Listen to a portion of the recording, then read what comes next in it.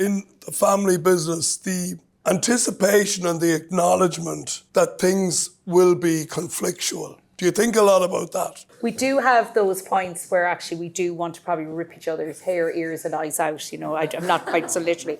But no, there are those points of conflict that arise. And I suppose what you're trying to do is keep things off agenda insofar as deal with them before you get to that agenda. But there is always those trickier kind of things that you really do have to reason out.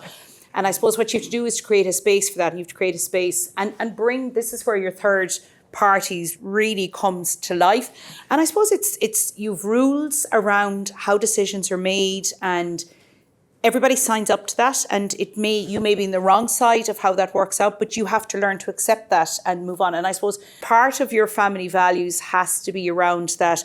What does a decision look like?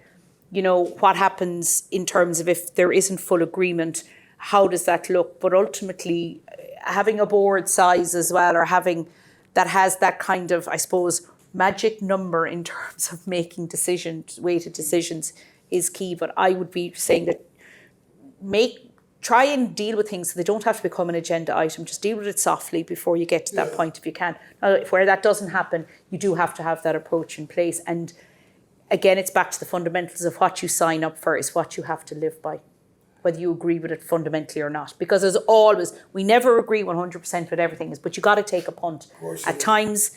And you don't sit piously kind of waiting for it to fail either. But, I think it's important that you celebrate success, and where things don't work out, you kind of reflect on the things that didn't work out for you and you take the learning out of it and you move on, because there's no point going back.